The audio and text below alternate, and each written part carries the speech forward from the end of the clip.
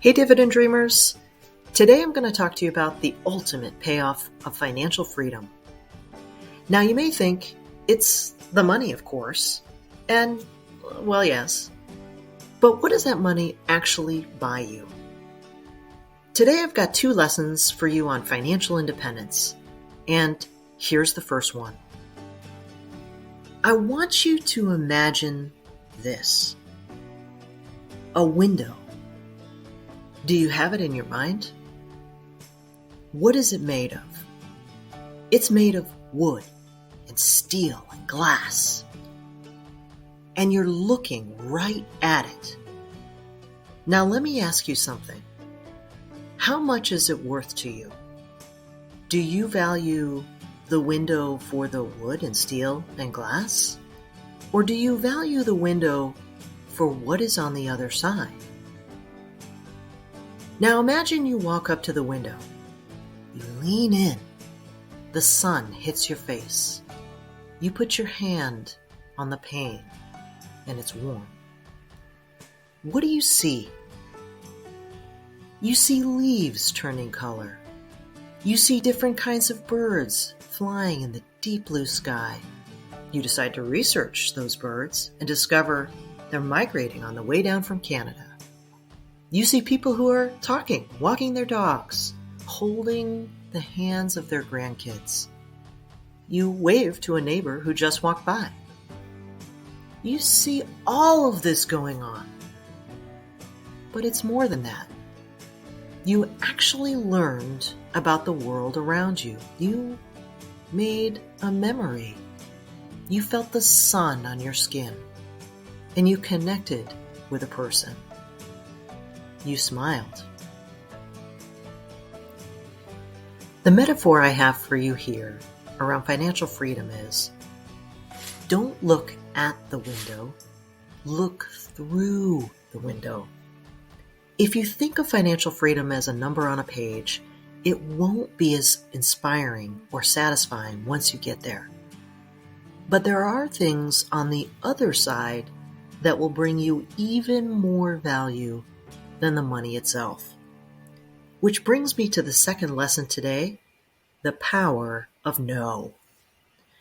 I'm going to take you back about 15 years ago. I had just left a job that I didn't enjoy. In a marketing agency, I had clients that paid for branding and advertising services. And after I left that job, to my surprise, several clients tracked me down to see if I could help them on a contract basis. One of those clients was a man who owned his own private company. At the agency, I was the main person on his business and worked hard to bring it every day for this client. He was difficult and seemed never happy with the work. He didn't pay us very much, but was very well connected in the city and always lorded those connections as a possible carrot in exchange for good work. Yet that carrot was always just out of reach. And even though I was the researcher, creator, presenter, and most senior person on the account, he very often addressed and deferred to the men in the room. So you can imagine my surprise when I got his call. He expressed that he heard I was taking clients and was going to need me to help work on some of his projects. He told me what deliverables he wanted, that he was sure we'd work something out in terms of whatever it would cost. He would need me to come in on Monday to get started right away. Now, at this point, I was still young and not even sure what I was doing. However, I had saved up several $100,000, and I was feeling more confident that I could pick and choose my next move. I was silent for a second as I gathered my thoughts and considered what I was going to say to this very well-connected businessman. I was thinking about what he could have said to get my attention. He could have recognized my contribution and said how much he valued my work from before. He could have asked my rate in a show of respect that, in fact, I would be the one putting a price on my time, not him.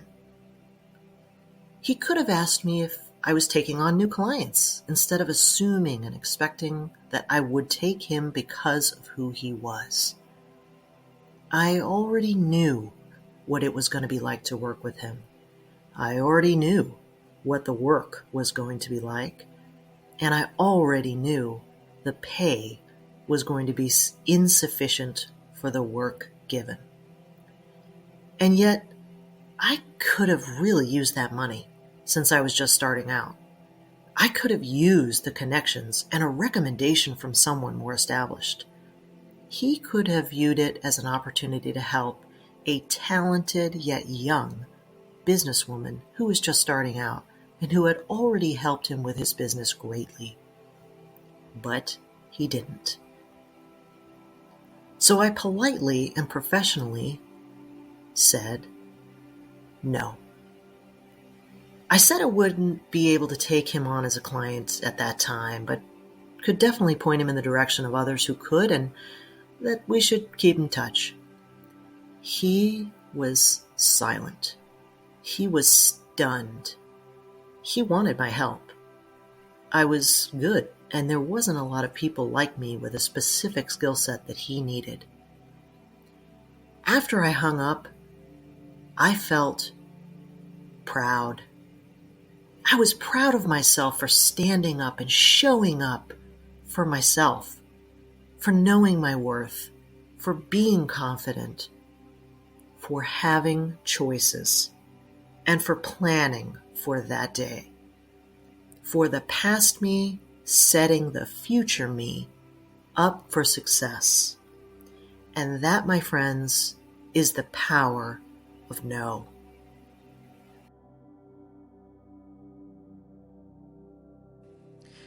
This week I saw an article in Inc. about Warren Buffett, and in it he said this: the difference between successful people and really successful people is that really successful people say no to almost everything. You know, in my career, I'm as proud of the times when I said no as the times I said yes. And that's what financial freedom is all about. So my message to you this week is: look through the window of financial freedom to the other side. What does it look like to you? And what has it enabled you to do that you wouldn't be able to do today? I hope these lessons I've learned along this journey will help to inspire you. Thanks for watching, and subscribe for more regular videos on how to make passive income with dividends. It could change your life like it did mine. And I'd love to meet you virtually. If you subscribe, leave a comment below saying I subscribed so I can thank you personally. As a reminder, I'm not a financial advisor, so keep in mind these videos are for entertainment and inspiration only. I'll see you on the flip side.